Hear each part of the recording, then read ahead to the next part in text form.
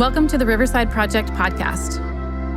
We are mobilizing Houston to empower families and transform generations. We hope these conversations will give you a greater understanding of the issues facing our community and inspire you to find your place along the river. Hi, everyone. Welcome back to the Riverside Project podcast. Today we have Doug Meikle. He is a first-generation immigrant from Scotland who loves the city of Houston. A few years ago, he changed the course of his life by leaving behind the world of engineering and management to found, with two friends, a nonprofit called TrueWorks, focusing on integrating Christian faith with the world of work. Doug is now the CEO of Star of Hope, Houston's largest mission to the homeless, and remains the board chair of TrueWorks, the nonprofit he founded to work on the faith-work integration. He's married to Karen, has 3 grown children, and likes all things Italian, including the cars, the food, and the wine. Doug? It is true. Yeah. It's great to have you here. Thank you so much for taking the time to just have a conversation. Nice to be here, yeah. One of the first things that we do is just introduce you or have you introduce yourself. Tell us a little bit about who you are and this journey that you've been on. Grew up in the UK in Scotland and did engineering school there. Became a Christian there through the influence of a friend of mine who became ultimately my wife, Karen. So we were friends.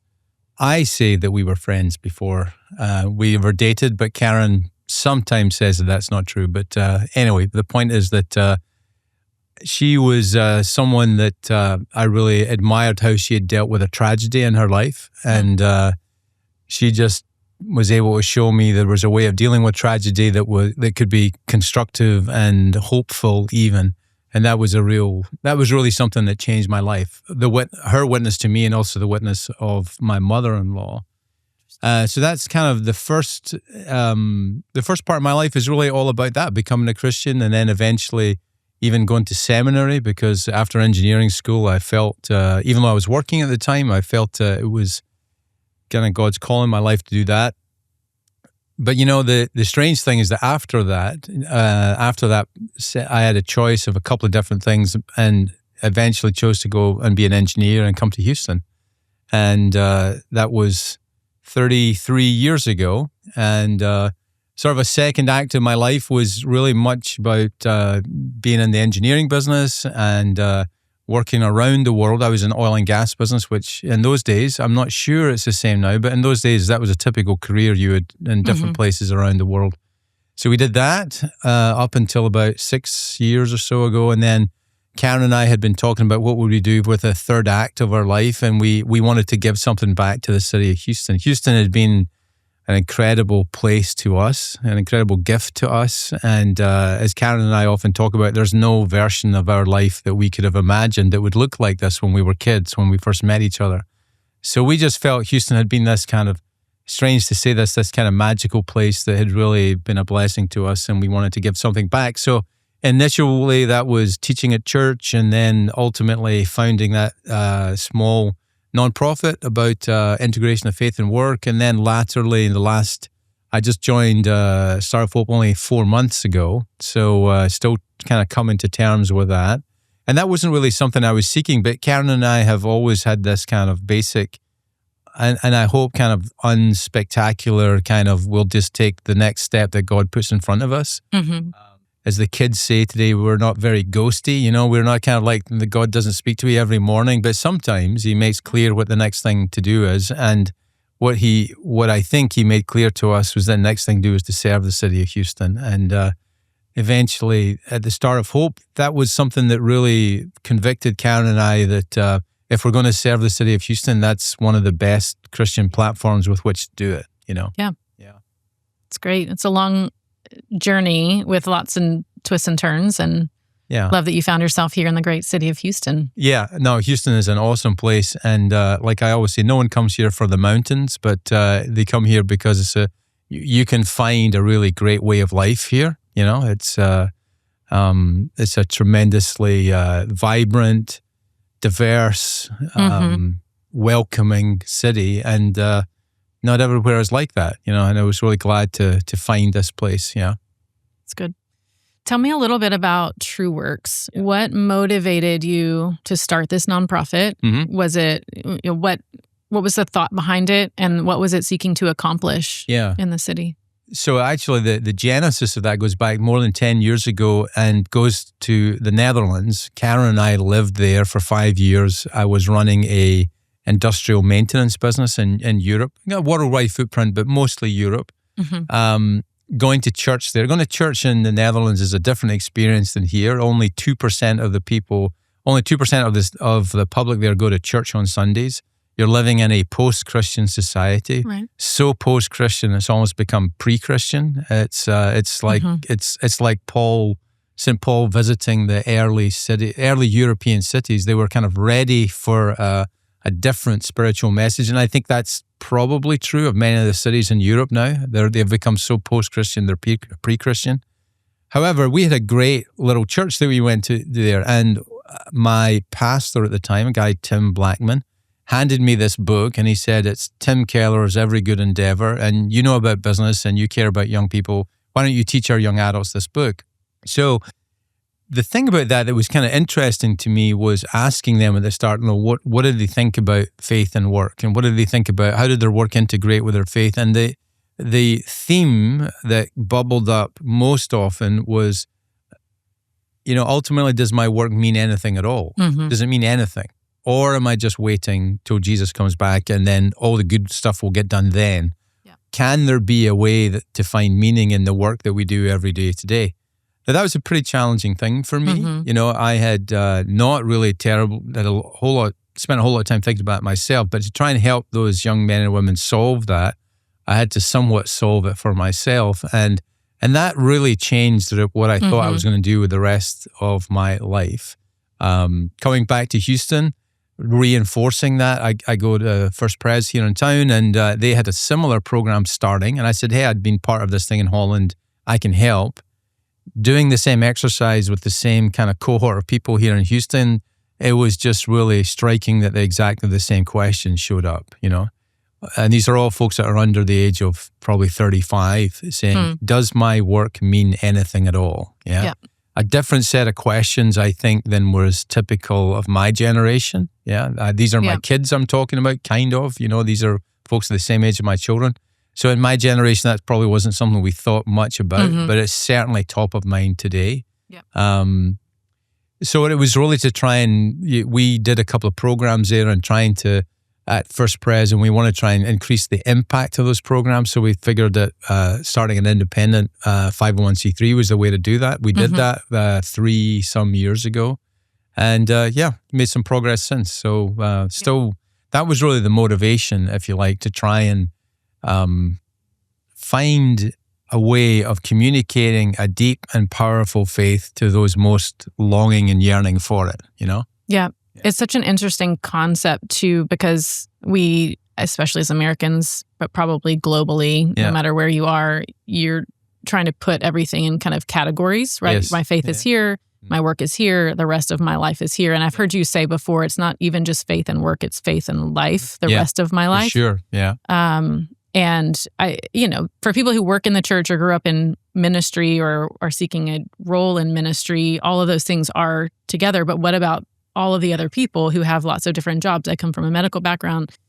How do you integrate those things? Are there any principles or things, what are the top things that you really learn or have seen people apply in that space? Yeah. There's kind of multi kind of ways of answering that question. I think when people ask me, for example, what's the number one thing you have to overcome? I always tell them the same thing. It's the embedded sacred secular divide that is in people's minds and hearts.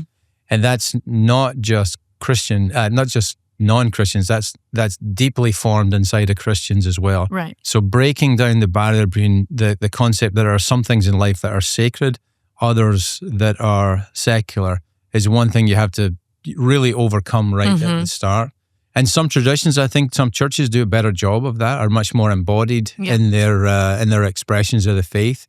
And I think that helps them a lot, I believe, Whereas I think that many kind of, American Protestants, that divide is really baked into the cake, and what they do is that they work during the week so they can give to churches so that the people who do good work get to do good work. There's no sense that their work is intrinsically good. Yeah.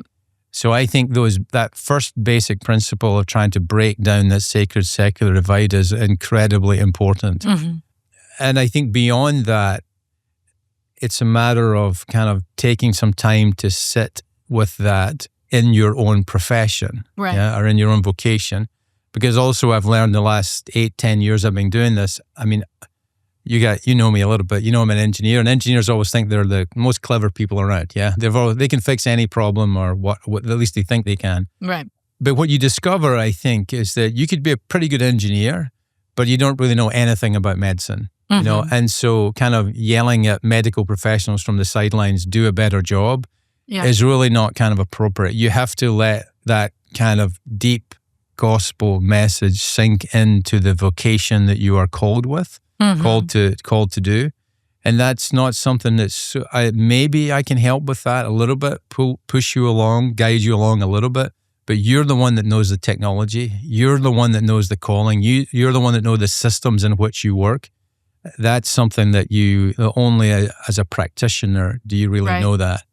I mean, I think that's the same. I mean, I know a little bit about the Riverside Project, and one of the things that has struck me so much about that is the complexity that you end up dealing with. Mm-hmm. So again, as someone who doesn't work in that field or understand that complexity, one can kind of yell from the sidelines, do a better job, but you're not going to make a whole lot of difference. You know, you have to be inside. You have to understand the basic mechanism of the thing you're trying to inhabit and change, you know?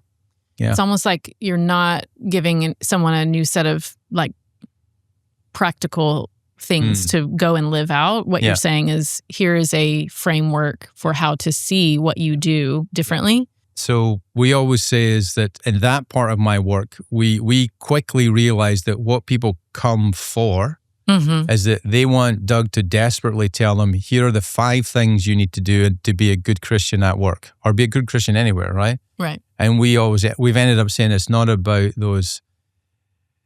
a formula, it's about formation. Right. It's about a kind of a deep sense of formation that God is forming and shaping me for the task He's called me to do in the world that I get to live in today, as I wait for Him to return.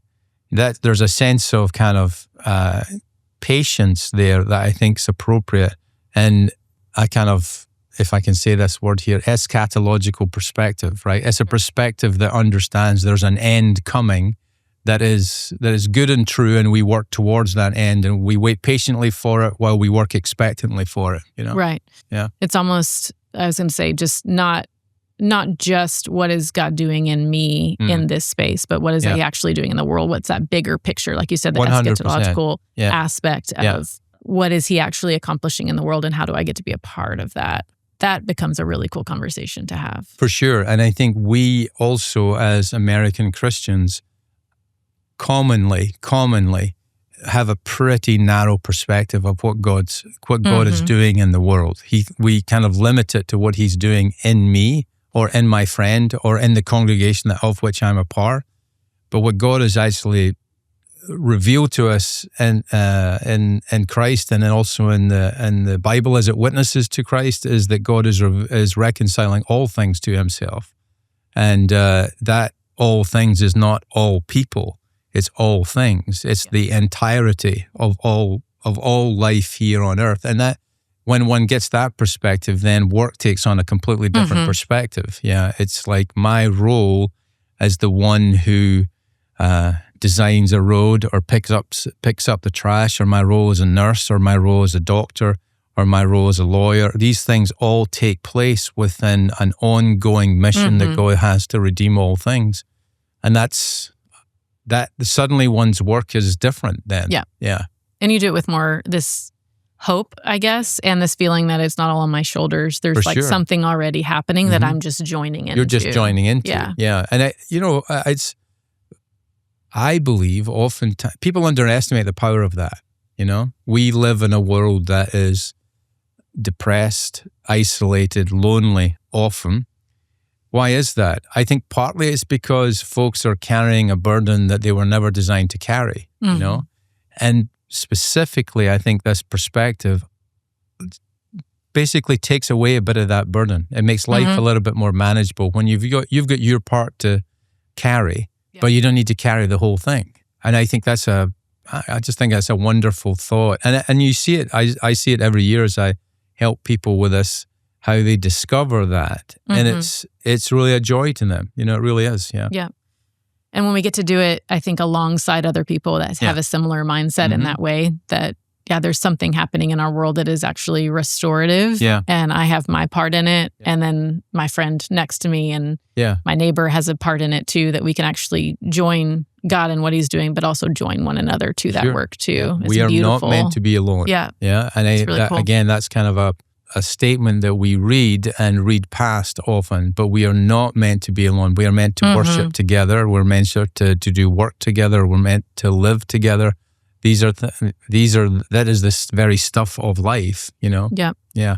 And we'll get a little bit in just a minute into Star of Hope, but what do you think then that places like TrueWorks, like Riverside Project, like Star of Hope, and the many organizations out there from that perspective, what is the city that you kind of envision and the path kind of to get there through that type of work? Well, in our work, we often refer back to, and this is kind of a big picture thing, but I'm a big believer in the big picture. I think oftentimes we tend to focus in too tightly on, and look, come from a tradition that preaches text by text through the Bible. So this is not to say that is not valuable. It is definitely valuable. However, I think sometimes it's possible for us to lose the big picture. And I think the big picture is very informative here. If you see what God tries to do as he doesn't try to do, he accomplishes in the first 3 chapters or 2 or 3 chapters of Genesis, there's a place where God it's almost like God showing his hospitality. He creates a place and places mankind within it. And that's a place where God and his people can enjoy the presence of God in a kind of sense of deep shalom and peace. So what are we trying to do here? Ultimately to try and recreate that. So that means your yard is important. Your backyard's important. Is that a place of peace? Is your church a place of peace? Do you bind yourself together with other people, despite the fact that they're not perfect, but but in their imperfections that you find it may reveal to you your imperfections, and you gain this closer walk with God. I think for me, I think that big picture helps you a lot. Yeah. Now, I might be an engineer and I have my little place of that. I might be a nurse and I have my little place within it. But I know my job is working towards that restoration of Eden. And some Bibles, not every Bible, but some Bibles at the end have that. That's what they have at the top of chapter 21. They add that, the restoration of Eden. I think that's how the NIV puts it. Maybe it's the RSV. Anyway, one or the other. It's that's kind of the sense that you get. Right. And so one last little comment about that. There's a picture that I use sometimes when I'm teaching or preaching, and it's a picture of one of my favorite places. It's in the Val d'Orca, or Orsa in Italy, and it's this kind of transcendently beautiful place. And I take pictures of it and say, hey, this is the new Eden, and this is what Houston will be like in the future. And everybody laughs because there's no way it's ever going to look like that. But actually, I found a power in that picture in this, and that my wife Karen pointed out to me, is that picture, probably taken 10 years ago, every single thing in that vista has been created by human hands. That's not how the world was. It's how the world is. People drove those roads, put the white gravel on them, put the poplar trees along with it.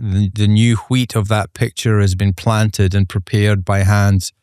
The small farmhouse at the top of the hill that's so traditionally kind of Tuscan and Italian is there because someone built it. So there is a sense of what can be done when we have the perspective of God and over generations and centuries create places that reflect his glory and peace and honor in the world. So that's a long way from Houston now, but it's we all get to do our little piece of that until he returns. Yeah. That's so good.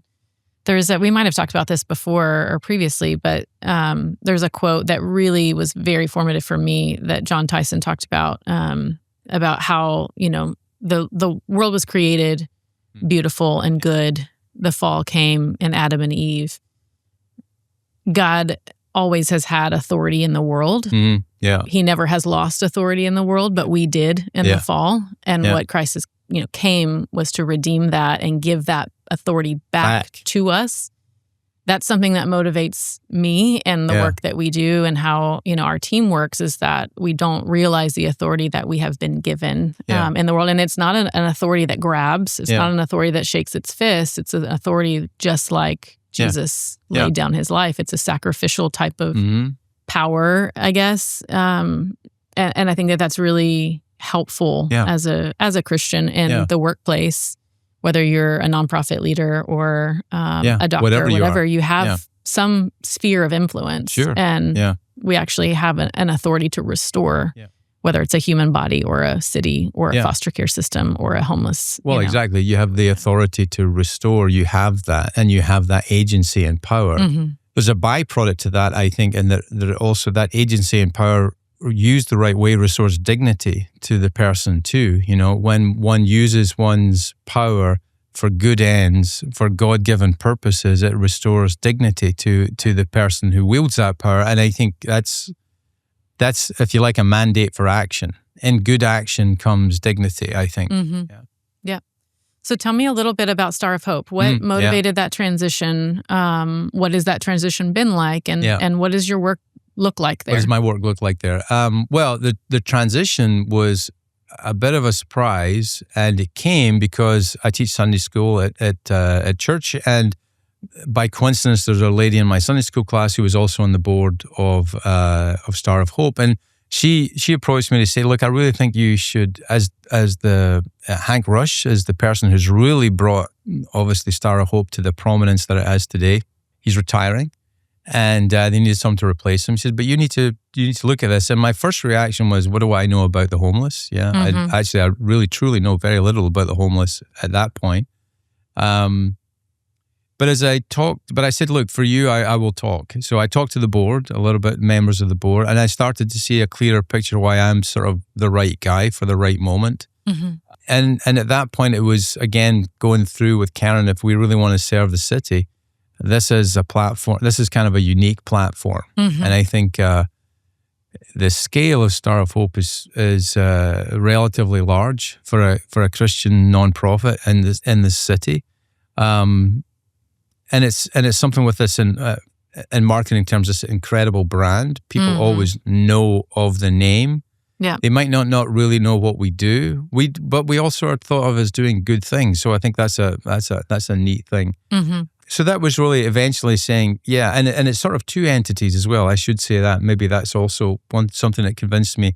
Because we serve 800 plus people overnight and maybe 800 to 1,000 every day in our various services, there's quite a large operational element to what we do. So that's something that's really not intimidating to me. I've done things like that through the course of my career. So that's definitely a skill that helps. And then I think there's another part. I want to say there's almost like two different Star of Hopes. There's the things that we do for people every day, which we do incredibly well, I think. And the care that we have for people who no one really cares about, I think is really kind of inspiring. It's certainly inspiring to me. But the other part of Star of Hope is all the kind of marketing, communications, fundraising. That's another element where that's a bit more strategic in nature. I think strategy helps there. We spend a lot of money in marketing. It's strangely, and I guess a lot of nonprofits are like this. After programs, the next biggest expense is fundraising and marketing and things like that. It's sort of the nature of our game. But I've done that a little bit in the past in my career, so I felt I was well suited to that. And I think I'm a pretty good advocate for it. I have realized and come to accept. And you're experiencing this right now, as the people like to listen to me. It's the accent. Only the accent. It's no, for sure. It is complete. And it used to really tick me off. And that, hey, I am saying things that are worth listening to. And people say, I just like listening to you. Yeah. No, there's substance behind it. I really hope so. However, I've come to just accept that I can be a good advocate for things. And that's what I hope to be. People give me a hearing, and that's, I'm just going to use that as much as I can, because I think the story to tell about Star of Hope is really an incredible one. It's really 117 years old in Houston, one of the oldest Christian ministries in Houston, been going for all that time. And it's pretty large budget. I mean, 990s are open to the public. It's not a secret. So somewhere north of $25 million a year of a budget. We raised 97% of that from individual donors. Wow. So, you can put the QR code in the notes. Yeah. Just in case. That's incredible. I didn't realize that it was so heavily funded by individuals. Yeah. So we don't take money from federal government, other than we have one or two HUD grants. So it's the last 2 or 3% of what we do. Okay. And the main reason for that is that federal grant dollars come with a lot of strings. Yeah. And we want to be free to pursue our mission the way that we see fit. I'm not adverse to working with, it's not some kind of fundamental thing or some kind of we can never do this type of thing. It's just simply up till this point, it's not felt appropriate. The HUD grants are a good example, though, of things where I think we work pretty well with a federal grant. We can retain our funder kind of uniquely Christian mission, while the HUD grant funds things like for a certain group of people that we support. It funds their shelter, their nutrition, things that these are. It's okay for the government to be involved in that. Yeah. But it's maybe not okay for the government to fund the Christian mission that we have. And we understand that. And we would just, we just want to do that in the best way that we can. Yeah. Yeah. You mentioned when you started at Star of Hope, you didn't really have a lot of experience working with homeless or houseless individuals. What would you say? It's only been 4 months, but what are the things that you are actively learning or things that have formed in you through that? So it's been a lot of learning, and learning in sort of different levels and dimensions. I think that there's a great study put together by, I think, Institute of Religious Studies or something like that at Baylor University about Christian missions to the homeless. Okay. It's been out a few years now, maybe 3, 4, 5 years. And there's a great quote in there that really has struck me, and I've used it a lot, about the people think that you become homeless when you run out of money. You actually become homeless when you run out of relationships. Yep. And I think that's a really... Interesting. Yeah, and I think when I say that to other audiences, that they think, it makes them think a little bit.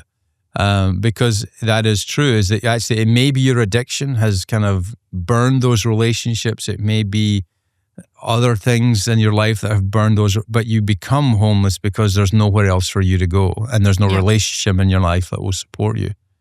But I think the implication of that is that and this is kind of, I don't really have a political thing in this debate, but using the word homeless versus the unhoused, etc., I think that from our perspective, at least, and I get the issue around using the word homeless, but also the need of the people that we have is not merely to be housed. Yep. Yeah. There's a brokenness about their life that is more profound than shelter will fix, more profound than nutrition will fix. It's something that's really deep down in their psyche or in their soul, depending what perspective you may want to apply to that. And that's certainly something that I've learned, that this is, the folks who come along to Star of Hope, they're the last stop on the bus line. There's not much left after us. So they come there as pretty dysfunctional, broken people, and putting them together is a hugely intense task performed over months. And I think that's something that's really been there's no efficiencies there. It's all one-to-one kind of stuff. Yeah. You can't push people more through the system. That's just not how it works. Right. It lines up so intricately with what we see here at the Riverside Project within the foster care space, that we have said so often, especially lately, that the currency in the space is relationships. Yeah.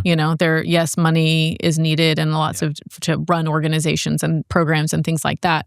But ultimately, what gets kids and families out of the water of vulnerability is safe, stable relationships. Hopefully programming that can help them to access those safe and stable relationships, but it isn't usually the things, it's the people in their lives. No, for sure. And look, I grew up relatively poor. So in this sense, being poor is not some kind of awesome, dignified state that kind of confers upon you some, righteousness that other people do not have. Mm-hmm. So when I say this, I say it from a position of someone who, didn't have a whole lot growing up. But for these men and women, poverty is not the issue either. Mm. Maybe the poverty of their relationships, or the poverty of their family connections, the poverty of the circumstances, not just economic, but also emotional, for example, that they came from. Mm-hmm. They create men and women who, when you ask them to describe, what happened to you, how did you get here? Yep. They are stories of abandonment, loss, addiction, abuse. Mm-hmm. So the average person coming to Star of Hope, 70% of them have an active drug addiction. The average woman coming to Star of Hope, 90% of them have had some form of sexual or physical abuse in their life. Most have had both. So you're dealing with people there for whom money is not fixing those problems. It's not an issue of economics. It's not an issue of shelter. It's they are obviously involved, but there are these kind of profound loss and brokenness and trauma in their life needs to be put back together again. And as you guys know as much as anybody, that's not an overnight kind of thing. There is no prescription, no script that can be written that will take that away, Yep. Yeah. One of the things that we've talked about in the past too, especially in terms of the river, is that, we would say that foster care is like at the midstream of this river, and there's things upstream that cause kids to go into foster care. So poverty, homelessness, addiction, things like that. When these things aren't restored within a person, or they can't find stability, then it often leads to kids entering the system or entering the river.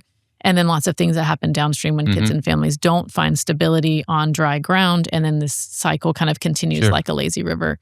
One of the things we've talked about is, there's all of these different issues that we see in the community. We see poverty, we see homelessness, we see addiction, and they're kind of dealt with as these individual silos. Like we work in foster care and we're doing work here. You're working with houselessness, there's trafficking organizations. And I think one of the things that we could do more of is really have conversations about the intersection points between them. Because when we deal with them as separate issues, we're all kind of doing a lot of the same things, because they're all for sure. They're all touching one another, but organizations aren't always having conversations about, yes, poverty is a leading indicator for kids going into foster care, but why? Yeah. And when we understand the why, then we can actually learn a little bit more about how all these different issues are interplaying.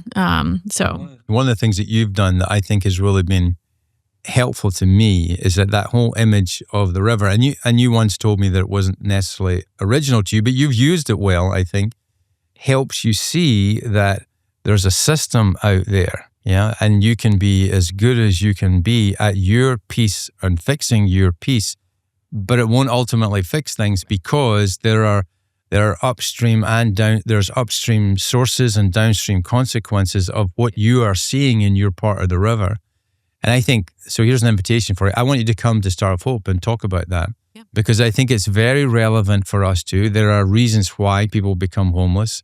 And also after folks leave our care, that is step one on the journey. We have helped them. I 100% believe that.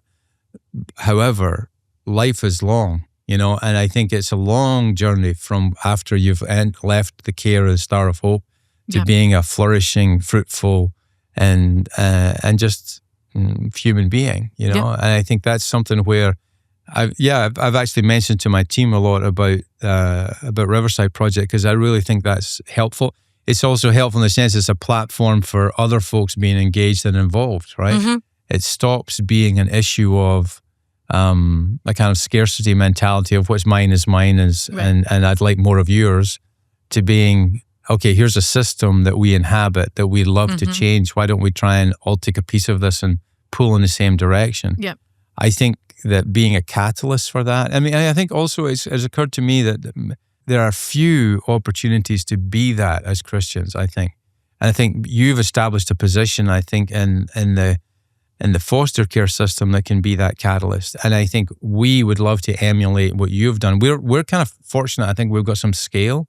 So I think we've got a voice that people would listen to, but we don't have an image, I think, as powerful as yours. And I think that's something I love our guys to hear from you. Yeah. Yeah. I'm happy to lend any of our experience to that. It's a really important conversation. Yeah. And I think it goes back to what we were talking about before, that it's not just one person along the river when you know that there are other people also walking a similar road. Yeah. Even if you're working in a completely different field in the nonprofit space, we have a lot of conversations with trafficking organizations. Yeah. I think we can lend wisdom toward one another and receive it from one another, just because we're on similar paths and we're trying to attack similar problems. Yeah. Yeah. There are people in our city who just need support, and they need relationships, and they need to flourish in some way. Yeah. We're all helping them to get there. Yeah. So I talked earlier this week to a group of people that potential donors for Star of Hope, but also folks that just wanted to know a little bit about homelessness, and they asked a few questions about a few things. And I said to them, look, we do this because it seems that in the Bible, at least, that the care for the least and the lost is kind of how God judges whether you have any kind of society at all. Mm-hmm. Yeah? And I think that is, in shorthand, kind of encapsulated in many of these Old Testament passages about take care of those widows and orphans. And who are those widows and orphans? Widows and orphans of the Old Testament were those locked outside of the basic economy of the world of the time. If you didn't have land, you weren't able to actually feed yourself. You were indigent, right. Yeah? And I think, so for that culture, those were the folks at the outside of the economy that needed to be cared for by the broader community. Those folks still exist. Mm-hmm. When probably some of them are widows and orphans, but that's not all they are in our society. Mm-hmm. So what we as Christians, I think, are called to do is, one, work towards a society where that's minimized in the short term and ultimately closed in eternity. We're called to do that, I think, and we can do that together.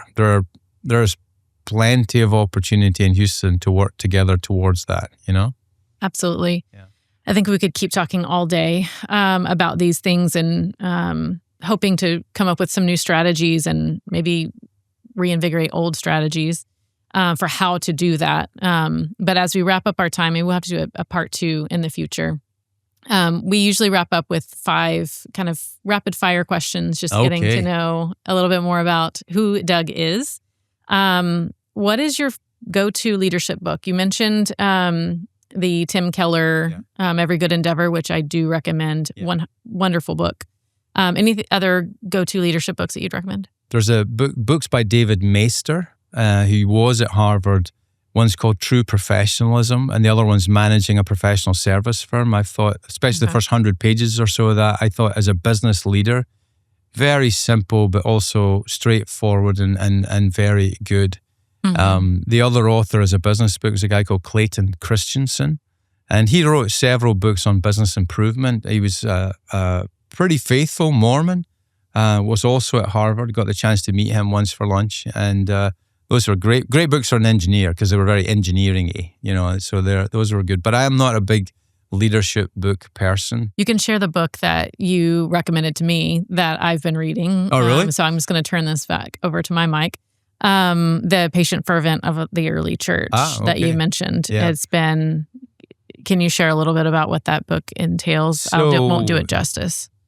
Yeah, so I recommended you read a book called The Patient Fervent of the Early Church. And I was actually kind of going to say that's where I get most of my stuff about what does it mean to be either a leader or just a good human being is, reading things like that.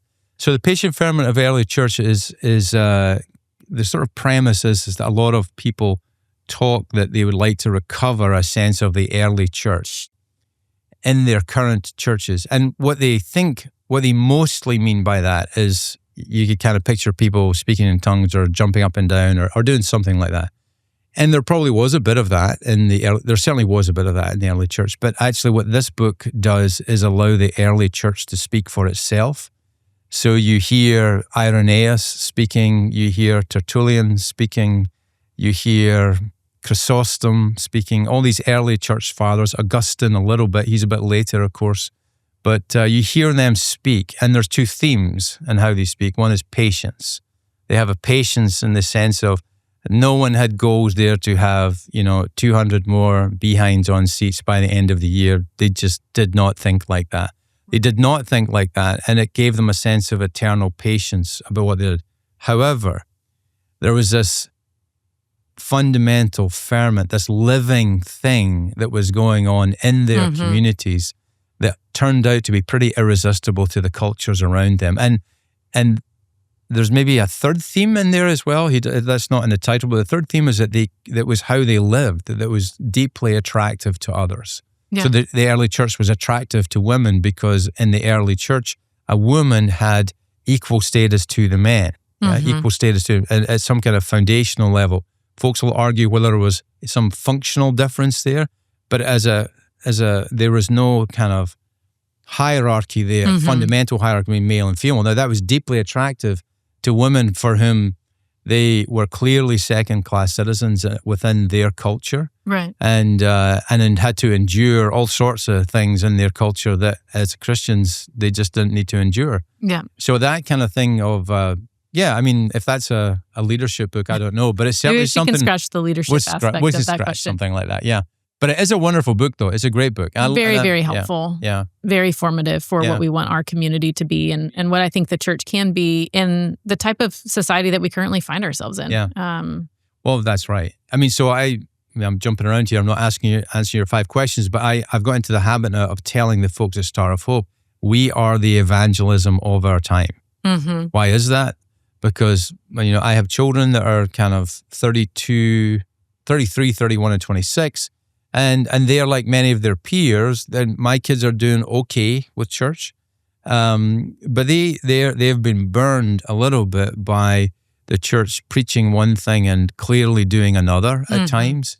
Whereas I think at Star of Hope, when someone says, "Hey, you show me you love," I said, "Okay, come see." Yeah, and I think that's the kind of thing where I think you have that opportunity as well, and the Riverside Project.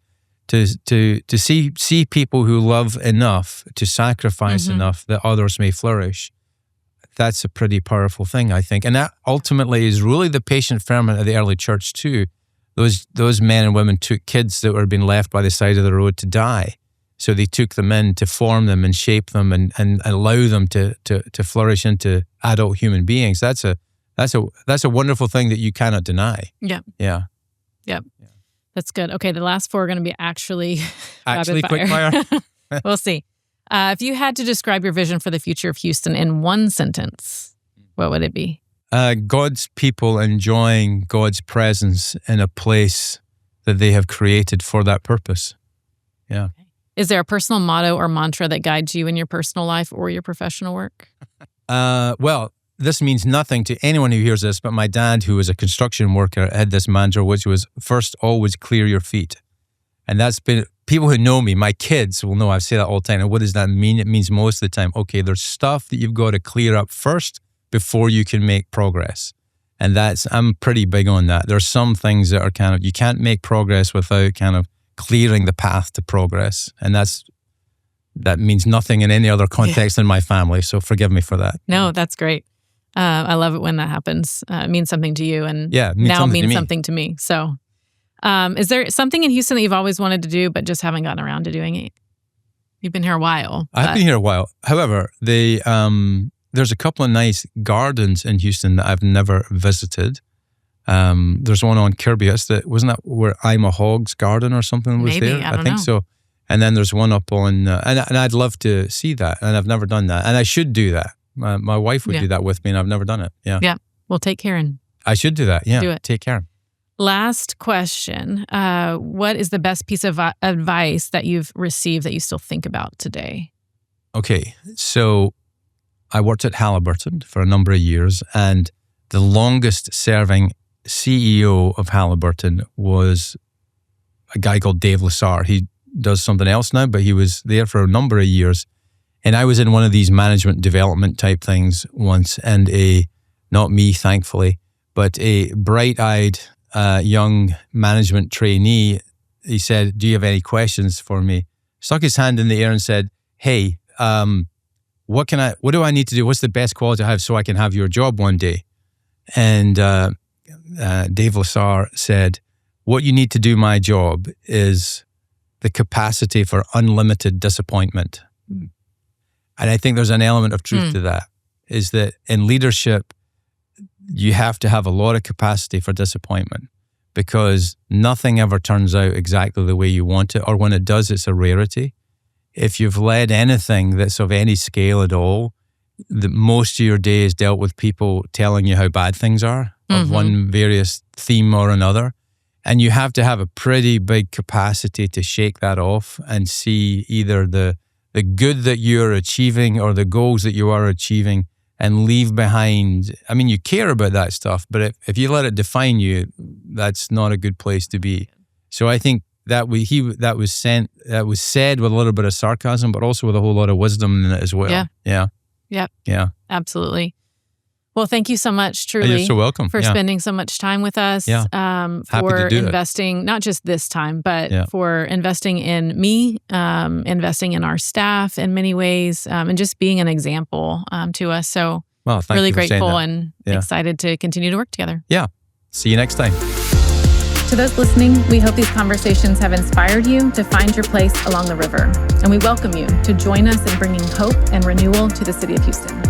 If you'd like more information on how to get involved, please visit riversideproject.org and submit a contact form.